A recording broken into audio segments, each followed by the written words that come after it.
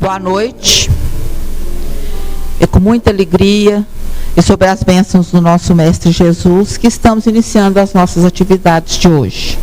Sejam bem-vindos ao Núcleo Espírita Nosso Lar para mais esta noite de estudos.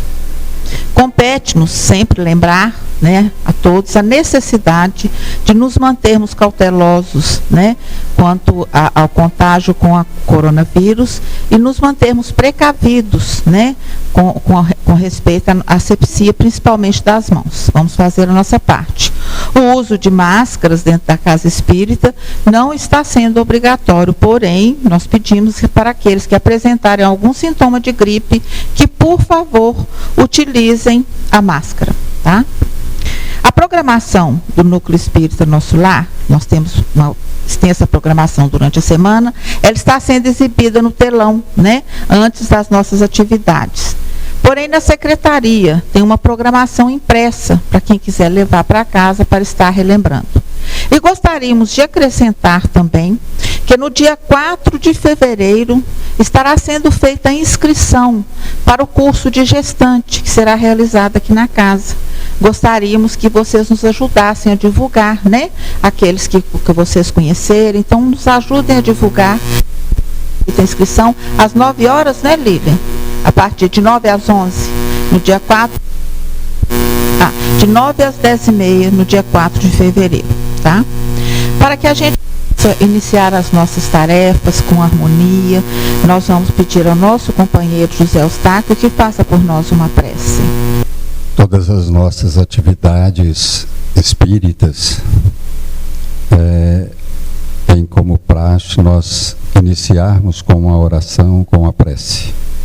É isso que nós vamos fazer agora.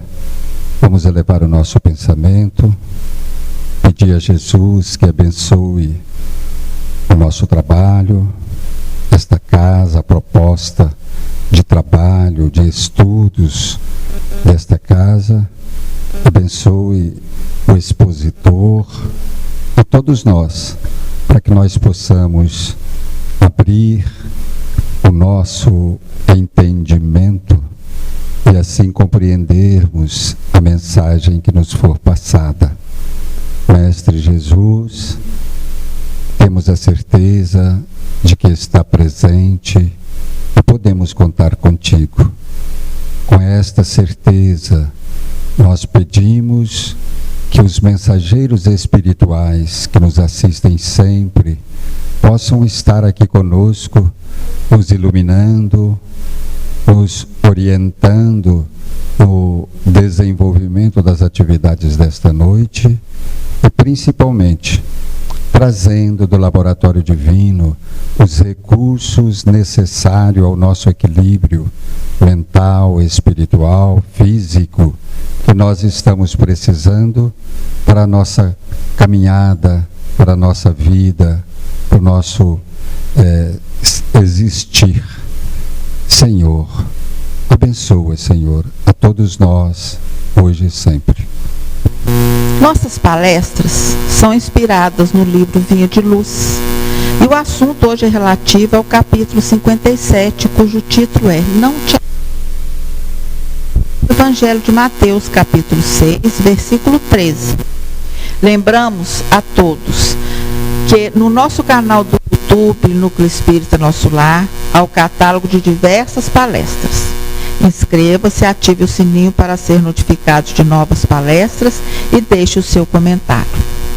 Para falar sobre o tema Não Te Afastes, é com muita alegria que convidamos agora o nosso companheiro Naron Tabajara. Hoje ele mudou de função. Hoje ele é expositor,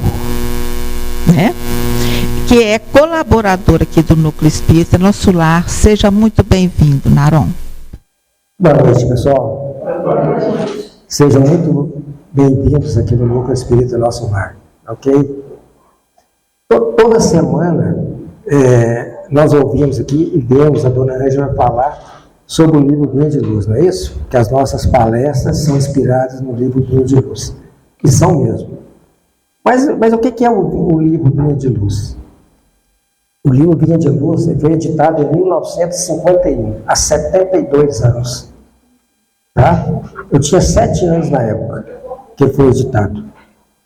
Ele tem 180 capítulos, 401 páginas e tem a tiragem de 215 mil exemplares.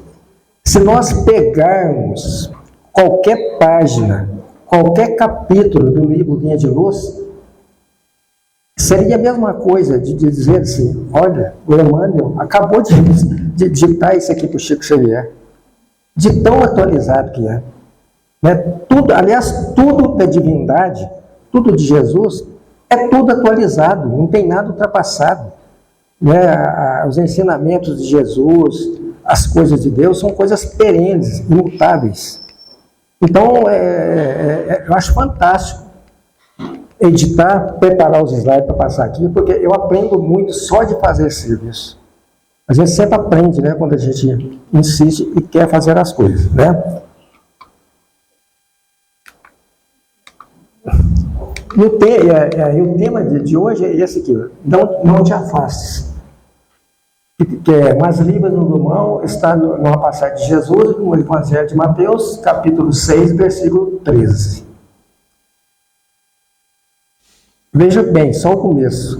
O que o Emmanuel já falou no começo do texto. A superfície do mundo é indiscutivelmente a grande escola dos espíritos encarnados. Impossível recolher o ensinamento fugindo à lição.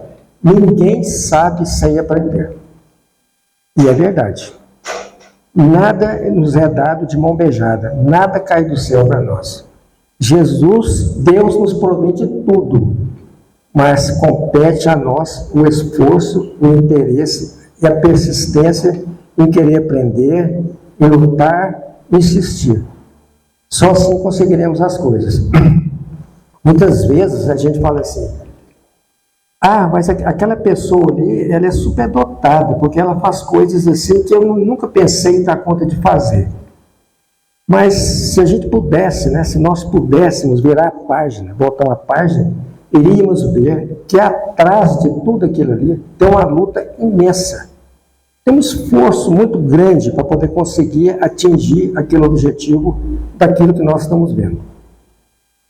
Eu costumo até citar algumas coisas assim, interessantes nesse aspecto. Por exemplo, todo mundo deve conhecer, ouviu falar naquela jogadora de basquete, a Hortência, né? Os mais velhos um pouquinho já devem ter ouvido, que ela já parou de jogar. A Hortência, que era um fenômeno no jogo de basquete da seleção brasileira, era uma personalidade mundial do esporte, ela ficava, depois do treinamento que ela fazia com as colegas dela de equipe, ela ficava fazendo 200 arremessos naquela cesta, por conta dela. Por isso que ela era aquele fenômeno. Chegava na hora do jogo, ela quase não errava. Quase. Porque praticou, esforçou e atingiu um objetivo. Né? Não é igual a gente vê hoje. Né? As pessoas querem e pedem muita coisa a Deus, mas esquecem de fazer a parte dela, porque Deus faz tudo para nós. Restando a nós outros fazer a nossa parte. Só que nós não fazemos. A semana passada o Marco Antônio falou aqui sobre maiorais, porque todas essas informações do livro Vinha de Luz, elas interagem. Na realidade, isso é a mesma coisa. Emmanuel, é como se ele estivesse puxando a nossa orelha, né? O tempo inteiro, para que nós entendêssemos que tudo que acontece conosco, tudo, sem exceção, depende só de nós. Só de nós. Nada de fora. Tudo é de dentro para fora. E lá ele falou que ser dos primeiros na Terra não é problema de solução complicada. Ser os primeiros, hein? Veja bem. Há maiorais no mundo em todas as situações. Na ciência, na filosofia, no sacerdócio, tanto quanto na política, o comércio e as finanças podem exibi-los facilmente. Em todas essas atividades, tem aqueles que se julgam os maiorais, né? Para dizer no termo mais popular, dono da bola, né? Os homens principais da ciência, A ciência, a filosofia, o sacerdócio, tanto quanto a política, o comércio e as finanças podem exibi-lo facilmente. Os homens principais da ciência, com legítimas exceções, costumam ser grandes presunçosos. Bom, o que é ser presunçoso? A gente quer falar a palavra, né? Mas geralmente a gente não procura saber, não, só ouve, né? Presunçoso é que ou aquele que se supõe melhor, mais bonito, superior, mais inteligente, mais capaz que os demais vaidosos. Isso é ser presunçoso. Quando a gente ouve falar que uma pessoa é presunçosa, ela é isso aqui, com esses adjetivos aqui que qualifica ela nessa condição de presunçoso.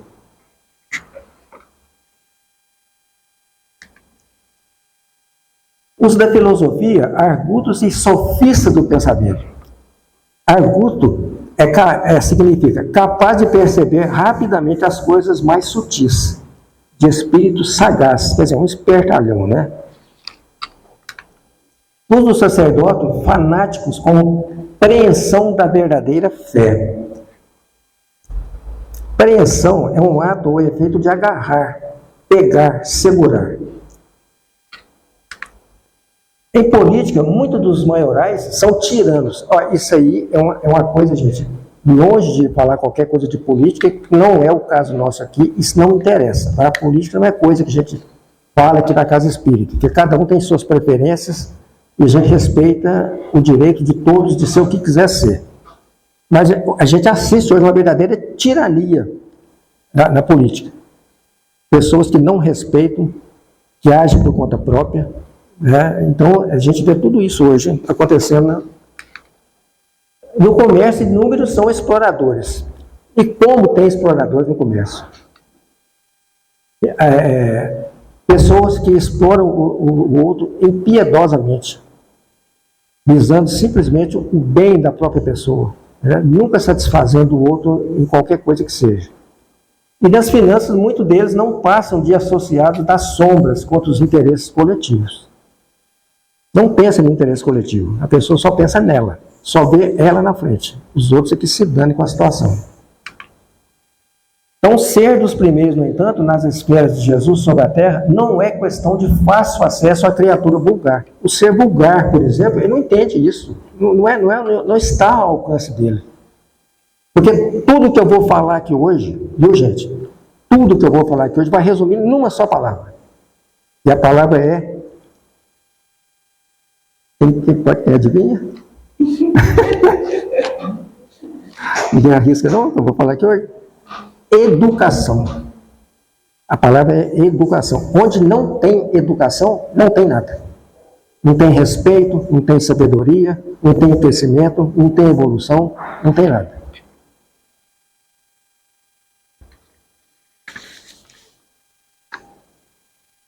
Todo mundo sabe que o nosso planeta azul, a Terra, está passando por uma transição de provas e aspirações para regeneração. Né? Está passando. Ao longo do tempo isso vem acontecendo.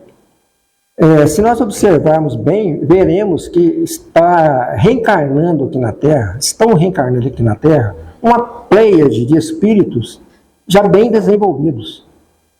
São crianças que já nascem, por incrível que pareça, está faltando só nascer andando, né, de tão evoluído que elas já se apresentam. E elas se desenvolvem na área da ciência, principalmente da tecnologia. Né? A gente vê criancinhas hoje aí que já manipulam o telefone, mais até do que os próprios pais. Então, são crianças já com um nível de inteligência muito grande. Mas tem também muitos espíritos que estão reencarnando aqui na Terra pela última vez. A última oportunidade que esses espíritos estão tendo, porque eles serão recambiados para mundos mais atrasados do que a Terra. A Terra é um mundo adiantado? Não. A Terra é um mundo atrasado. Não é o mais atrasado, mas é dos mais atrasados. Agora imagina só um espírito dessa classe ser recambiado para um mundo ainda mais inferior. Por quê? Eles já tiveram muitas oportunidades aqui de evoluir e não evoluíram. Então, como eles estão atrapalhando a evolução aqui do planeta, eles serão recambiados. É como um aluno que toma uma bomba na escola, que tem que repetir o ano.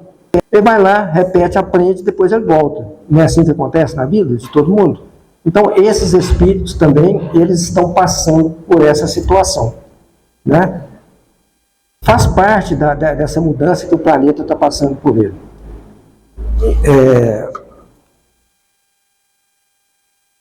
Tem um educador,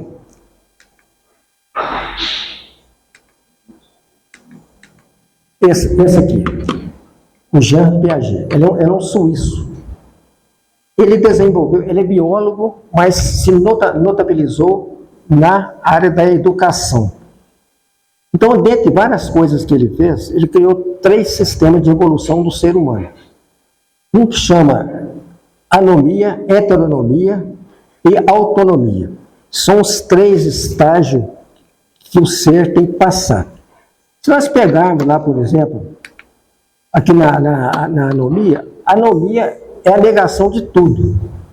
Por exemplo, uma criancinha que está começando agora, que encarnou agora, ela tem condição, por exemplo, de saber certas coisas de uma criança de 6, 7 anos? Não tem. Ela tem que passar por um processo. E quem estuda direito, se tiver algum advogado aqui, ele sabe o que é processo. O processo cumpre algumas etapas, né? Que tem lá o advogado faz a petição, manda para o juiz, instaura um inquérito, depois é julgado. Então é aquele processo todo. E a criança não é diferente, ela também passa por um processo de atividade. É tanto que uma criança, ela tem que brincar, né, Adelaide? Você que é educadora, você sabe disso. Ela tem que brincar, ela tem que interagir com outras pessoas, ela tem que engatinhar, cumprindo todas essas etapas. E no nosso caso aqui, da doutrina espírita, do espiritismo, nós sabemos que a reencarnação termina aos 7 anos de idade. Até os 7 anos de idade, a criança ainda está no processo reencarnatório. Então, a partir disso aí, é que ela vai trilhar outros caminhos. Então, isso é muito importante, porque a Joana de Ângeles, a mentora espiritual do Divaldo Franco, falou que muitos traumas que nós trazemos na fase adulta, elas têm origem lá na infância. Lá na infância. Por não ter passado por essas etapas de evolução e de educação. Muitos. E veja bem, uma pessoa imatura é pior do que uma criança.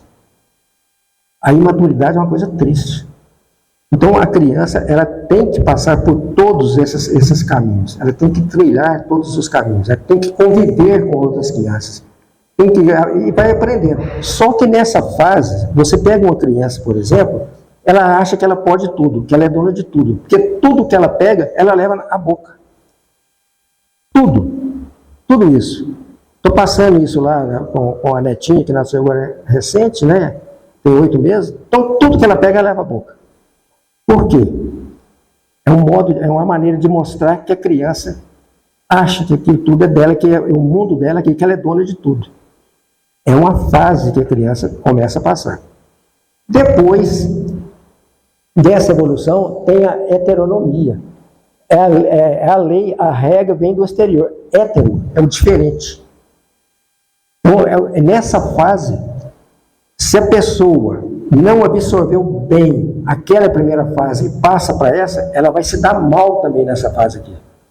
Porque é uma fase de comparação. É aquilo que acontece quando uma pessoa chama lá na porta, toca a campainha, quer falar com o pai, por exemplo, toca a campainha, o pai chega perto da criança e fala com ela assim, fala com ele que eu não estou em casa não. A criança, né, chega lá e vira para o cara e fala assim, meu pai mandou falar que não está em casa não. Não é o que acontece muitas vezes? O que é isso? É uma pessoa que não aprendeu os valores morais, os valores que a pessoa tem que absorver durante a vida. Isso acontece muito. Nessa fase aí, vamos supor, assim, hipoteticamente, que a dona Ângela saiu aqui do núcleo 3h30 da madrugada, uma festa que teve aqui.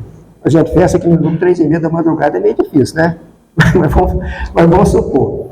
Aí a dona Ângela chega ali, ela entra no carro, fala assim, eu não vou colocar o cinto de segurança, não. Não tem ninguém aqui na rua, não tem polícia aqui na rua, não. Ninguém vai parar, não. Bobagem. Mas não. Ela vai colocar o cinto de segurança porque ela sabe que o cinto de segurança é um item de segurança para ela. Não é porque não tem polícia na rua, não. Então, ela já teve um amadurecimento moral. Esse amadurecimento que o ser humano precisa ter, para não ter que fazer as coisas escondidas, para não ser vigiado. Uma vez uma pessoa aqui do núcleo foi assistir uma festa de carnaval, lá na praça, e chegou aqui e contou, vocês podem ir lá ver as festas de carnaval, porque está cheio de segurança, então está muito tranquilo ficar lá. Não está. Lugar seguro, não precisa de segurança não, Não precisa. Se a pessoa é adulta, é consciente, é responsável, não precisa de segurança, para quê? Então são essas atitudes que caracterizam se a pessoa está numa dessas 3 etapas aí, que é fundamental na formação do ser. Né? Então, e olha, veja bem, essas coisas acontecem tudo na vida. Em tudo. A pessoa que já tem autonomia, ou seja, que ela já tem consciência do que ela é, do que ela pode, ela vive bem em qualquer lugar. Porque não precisa ser vigiada, não precisa ninguém tomar conta, não precisa estar nos holofotes, nem nada, debaixo dos holofotes. Ela sabe o que ela tem que fazer. E isso é fundamental que nós levemos isso em conta em tudo que a gente vai fazer. Ela não estaciona o carro num local proibido, na faixa amarela, porque ela sabe que não pode. Não precisa vigiar não, dá um aviso lá. Eu nunca vi a polícia rebocar um carro que estivesse estacionado no lugar certo, só em lugar errado. Então é assim que a pessoa que não tem esse domínio moral faz as coisas sem saber. Será que isso é a razão de tanto sofrimento que tem aqui na Terra? Porque Jesus falou que nesse mundo nós teríamos aflições. E como temos? Devido às nossas atitudes, às nossas inconsequências, o nosso modo de agir. E voltando aqui no texto, a quem for conduzidos pelo Senhor para serviço meritório do bem, atrai-se de olhos baixos, recuando do esforço da santificação. Declaram-se, no entanto, desejosos da união com Cristo, esquecendo-se de que o Mestre não desampara a humanidade.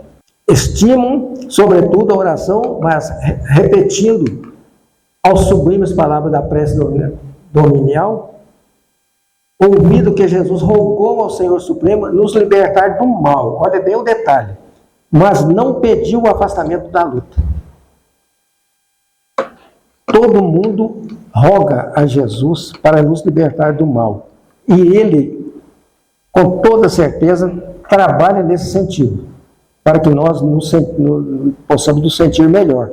Mas, de maneira alguma, não nos livrou da luta, do trabalho, do empenho, da dedicação. Sem isso, nós não conseguimos absolutamente nada. Vou contar para vocês um caso aqui, como que a gente, às vezes, recai. Por mais que estuda a doutrina espírita, nós recaímos muito. É normal isso. Uma vez eu precisei de tirar uma carteira de identidade, fui fazer uma viagem. Eu cheguei lá na agência de turismo, a moça virou para mim e falou assim, olha aqui, Naro, você devia de tirar uma segunda via da sua carteira de identidade, porque ela está bem judiada, bem amassada, e você pode ter problema com isso em algum lugar aí qualquer. Aproveita. Você está aqui no centro da cidade mesmo, passa ali na delegacia e pede uma segunda via da sua carteira de identidade. Você eu estou aqui mesmo, então vou passar lá. Chegando lá na delegacia, eu falei assim, olha, eu dei sorte, viu? Que eu cheguei lá, estava vazio o balcão, não tinha ninguém lá. Olha, bacana. Sempre cheio de gente, né? Sempre um tumulto danado. Aí veio uma pessoa lá, virou para mim e falou assim, o que você quer? Desse jeito assim, o que você quer? Eu falei assim, ó, eu estou precisando de tirar uma segunda via da carteira de identidade e quais o documento que o senhor precisa aí para para mim fazer a segunda via da carteira. Aí o atendente virou para mim e falou assim, não é assim não. Você tem que vir aqui amanhã, entrar na pilha aqui 5 horas da manhã, pegar uma senha, para você ser atendido. Ó, e tem uma coisa, viu? São só 10 senhas que a gente distribui por dia. Não era todo dia também, não. Eu disse, ué, bacana, hein? Bom. Olha só, então tá bem. No outro dia eu fui lá. Estava até chuviscando. Eu fiquei debaixo daquela marquise do Banco do Brasil. Aí o atendente chegou 8 horas. Tinha gente lá desde 4 horas da manhã. Eu sabia que eu não seria atendido, porque já tinha mais de 10 pessoas na minha frente. Mas mesmo assim eu pensei, eu vou tentar, porque eu já sou uma pessoa idosa, e o idoso tem prioridade, pelo menos é o que a gente vê falar aí, né?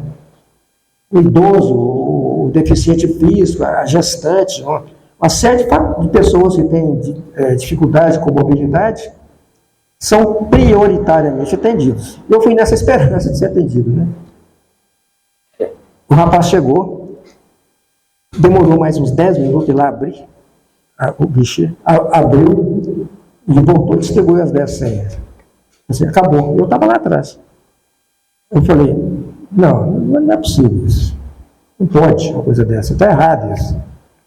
Como eu conhecia o delegado, porque ele gravava o filho dele em alguns eventos lá do Colégio Santana, filmava lá, e como eu trabalhava com isso, e ele ficou me conhecendo por causa disso, eu levava as gravações dele lá na minha casa para editar para ele.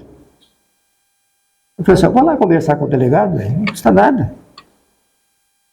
Esperei o delegado chegar, chegou mais tarde,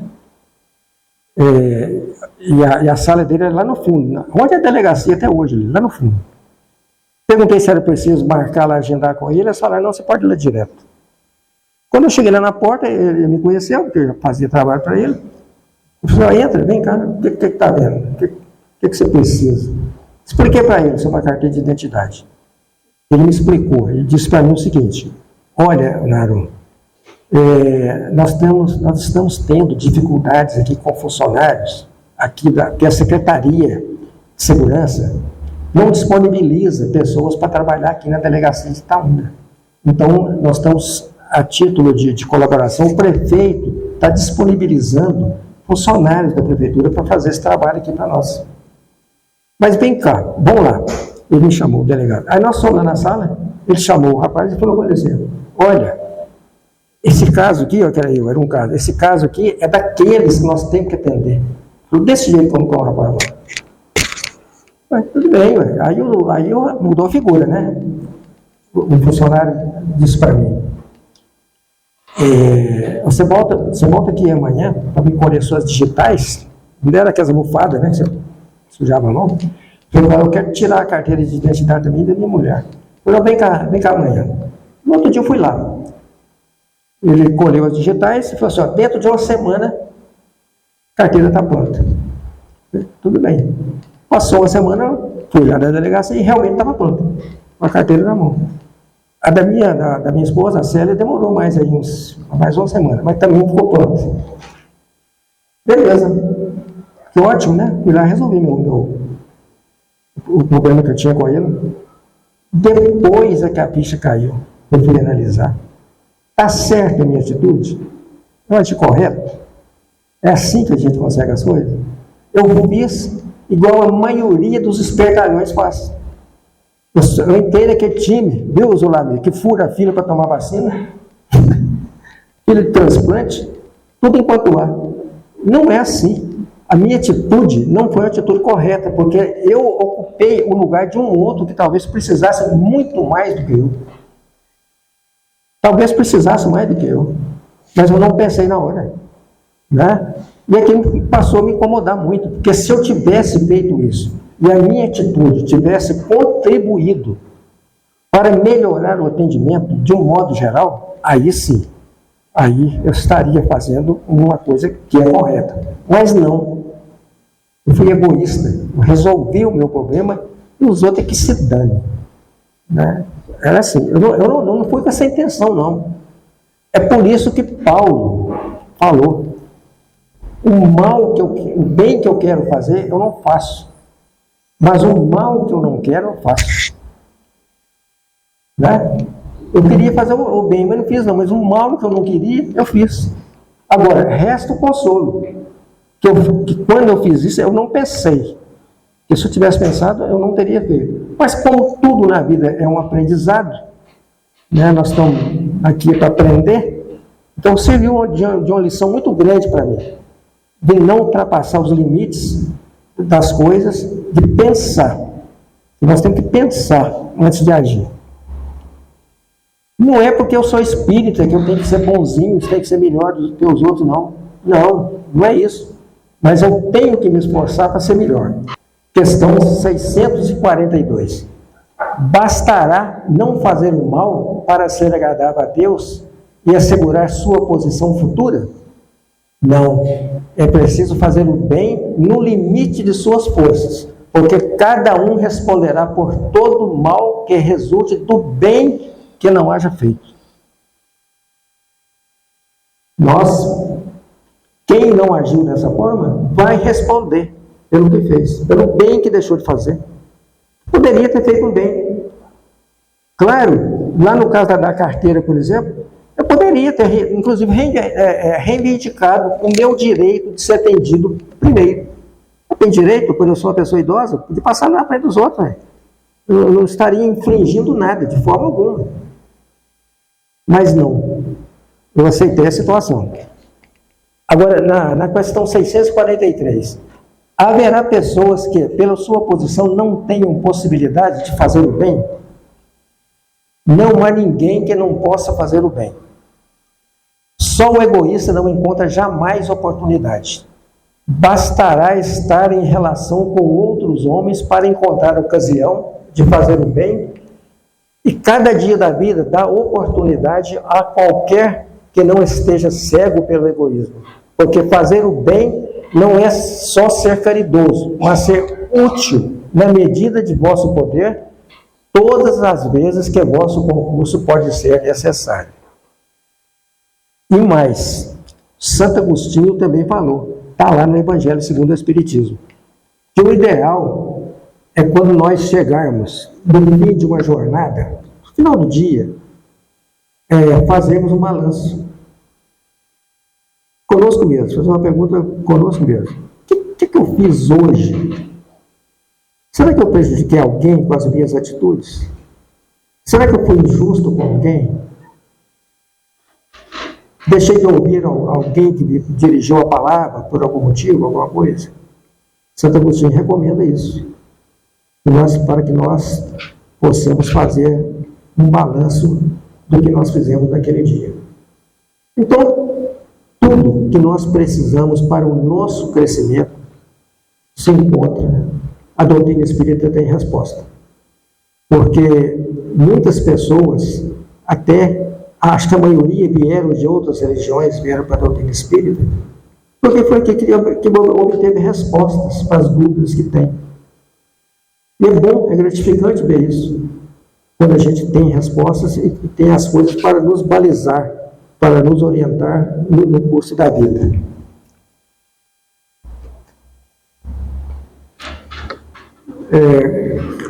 Conta-se que um homem perdeu tudo que tinha, cansado, desiludido com a vida, e saiu pelo mundo à procura de novos ares, de um novo lugar, onde ele pudesse encontrar aquilo que ele precisava na sua vida. E depois de andar muito tempo, cansado, estrupiado, ele parou debaixo de uma copa de uma árvore muito grande, à beira de uma estrada poeirenta. E ali ele dormiu.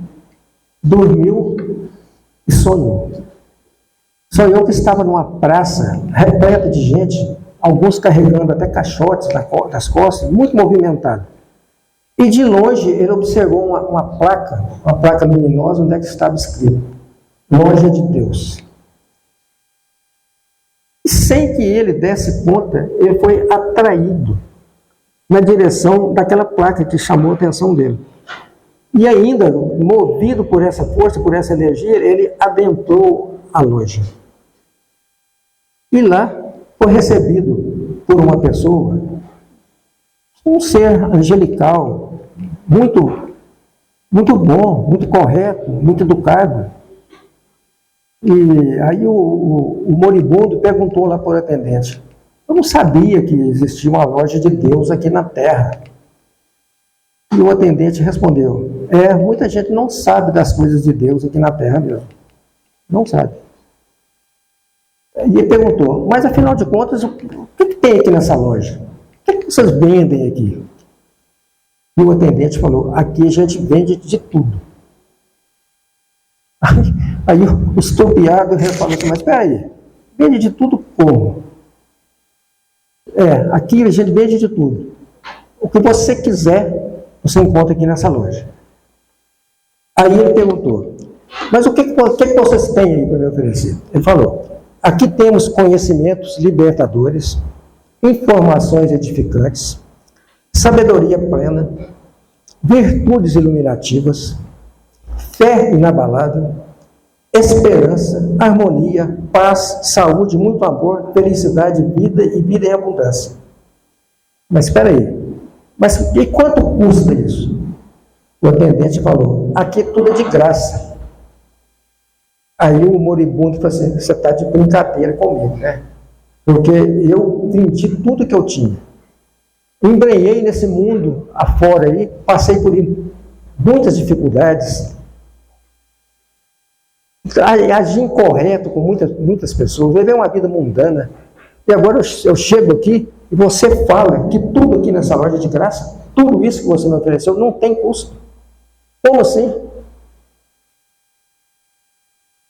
Então vamos lá, ele perguntou, o moribundo. Quero ver se me arruma logo muita sabedoria para eu reorganizar minha vida, muita saúde para eu poder desfrutá-la, paz, harmonia e felicidade. O atendente falou assim: você aguarda um minuto que eu já volto. E o atendente foi lá dentro de uma outra salinha, e dentro de alguns minutos, alguns segundos, ele voltou com uma bolsinha azul, entregou para o moribundo. Ele, ávido de curiosidade, nem esperou. Foi tomando logo a bolsa e abriu. Ele falou: mas espera aí, mas aqui só tem semente. Não estou vendo nada aqui, só tem semente. Aí o atendente falou assim: pois é, aqui só tem semente mesmo. Aqui nós damos a semente de graça para todas as pessoas que nos procuram. São sementes, explicou o atendente, pois na loja de Deus nós só temos as sementes. Caberá agora ao irmão semeá-las, regá-las e cultivá-las no terreno da vida. E dentro de algum tempo, muitas árvores abençoarão com os frutos da paz, da sabedoria e do bem o jardim da sua própria existência. Os talentos, os dons, os valores e a capacidade do Espírito nos são dados em estado de germe. Quando observamos uma pequenina semente, não nos damos conta de que ali, dentro daquele microcosmos, já está projetada uma belíssima árvore com todos os seus frutos. Tudo o que seremos um dia, perfeitos como perfeito é o nosso Pai Celestial. Já está subjacente dentro de nós a semelhança de sementes adormecidas. Por isso disse Jesus: o reino de Deus está dentro de vós. Mas, aqui que eu volto, aquilo que eu falei lá no começo. Mas, sem o esforço e o trabalho pessoal, esse reino não pode ser desvelado, não pode ser descoberto. A semente das virtudes e dos saberes não germinarão e não gerarão vida no terreno de nossa consciência. Para esse divino mistério de semear e colher, Deus nos oferece a bênção da pluralidade das vidas, das existências, as múltiplas reencarnações, porque uma única experiência existencial no planeta, por mais longa que seja, não é o suficiente para conseguirmos desenvolver todas as potencialidades e faculdades que Deus nos oferece em estado germinal. Então, é isso. Nós temos tudo. Deus nos dá tudo. Tudo o que precisamos. Ele faz a parte dele constantemente. Por isso que Jesus falou: eu e o Pai trabalhamos incessantemente, restando a nós fazermos a nossa parte, que é o esforço, a dedicação, aprender as coisas, ser educado, tudo isso.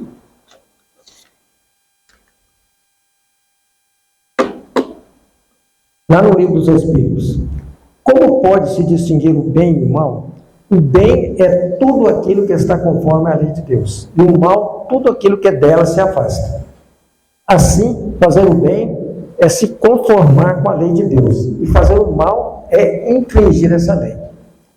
E lá na questão 631, na questão 631, o homem por si mesmo tem os meios para distinguir o que é bem e o que é mal? Sim, quando ele crê em Deus e o que quer saber. Deus deu-lhe inteligência para discernir um do outro. Então, tudo que acontece em nossas vidas é tudo entre mim e Deus. Não tem intermediários entre mim e Deus. É assim que as coisas funcionam. Aqui, ó, o que eu falei da educação. Sabe quem escreveu isso? Quem falou isso? Platão. Olha quando Platão falou isso, antes de Cristo. Muito antes de Cristo. A direção em que a educação inicia um homem determinará seu futuro na vida. Então, a educação é tudo. Tudo. O dia que o homem for educado, ele não vai pôr fogo na floresta, não vai fazer desmatamento, não vai poluir os rios, os mares. Por quê? Ele sabe que ele está se auto-prejudicando. Não está prejudicando os outros, prejudicando é ele mesmo. Porque ele mora no mesmo planeta, não tem fazendo nada fora.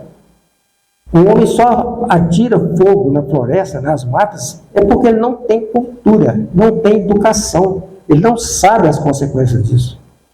Não tem nem ideia sobre isso.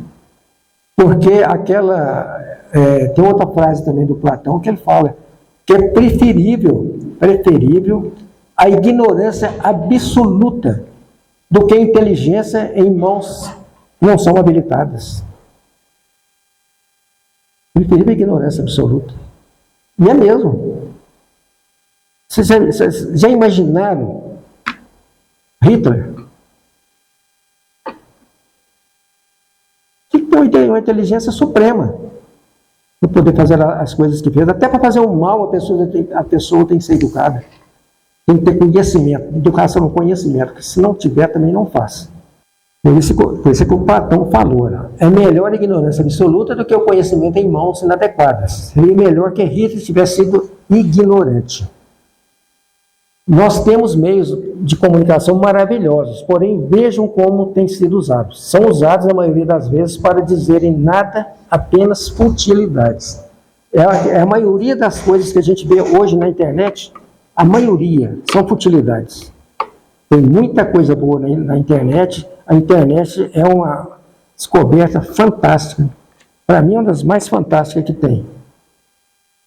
E a internet é neutra. O mau uso dela, o bom uso, é que caracteriza o que ela é. O que a pessoa né? Quando ela usa bem ou usa mal. Observem em um parque qual é a tônica do que as pessoas estão falando. A maioria está falando de pessoas. O mais necessário no encontro é o ausente. Senão todo mundo fica sem assunto. E é verdade. Você faz um encontro, por exemplo, o ausente faz uma falta danada. Você vai falar de quem? Tem de falar de quem não está lá, né? Então, pessoas medíocres falam de pessoas. Homens comuns falam de coisas. Grandes homens falam de ideias. Esse cartaz está ali dentro da nossa sala de estudo. Ninguém evolui o outro, nem mesmo por amor. A evolução se dá por autoconhecimento. Só através do autoconhecimento. Só quando eu passar a me conhecer é que eu posso evoluir. Enquanto eu estiver absorvendo coisas de fora, não sou eu. Então, o autoconhecimento é fantástico. Por isso que Sócrates falou, pegou lá no oráculo de Delfos, né? Conheça-te a ti próprio.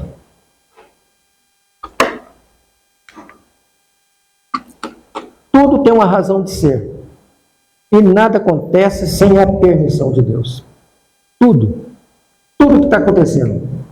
Na minha vida, na sua, na vida de qualquer pessoa. Tudo que está acontecendo no planeta, no nosso país, na nossa cidade, na casa espírita. Tudo tem uma razão de ser e tem a permissão de Deus. Ainda que nós possamos fazer um julgamento errado. Assim, mas isso aqui não é possível, isso é injusto o que está acontecendo. Mas não é. Se for analisar bem, não tem injustiça, não tem por acaso nas leis de Deus. Deus não pune, mas também não premia. Por isso, que o título de hoje é Não te afastes, mas livra-nos do mal. Jesus disse isso, está no Evangelho de Mateus. Que saibamos cultivar o amor, a paz, a harmonia, para que não só equilibrarmos a nossa vida, mas nós possamos também, com as nossas atitudes, servir de exemplo e até de bálsamo para outras pessoas que nos procuram. E é isso que Jesus espera de todos nós, que nós sejamos trabalhadores da sua senda. Eu agradeço a todos pela atenção, desejo que todos tenham uma boa noite.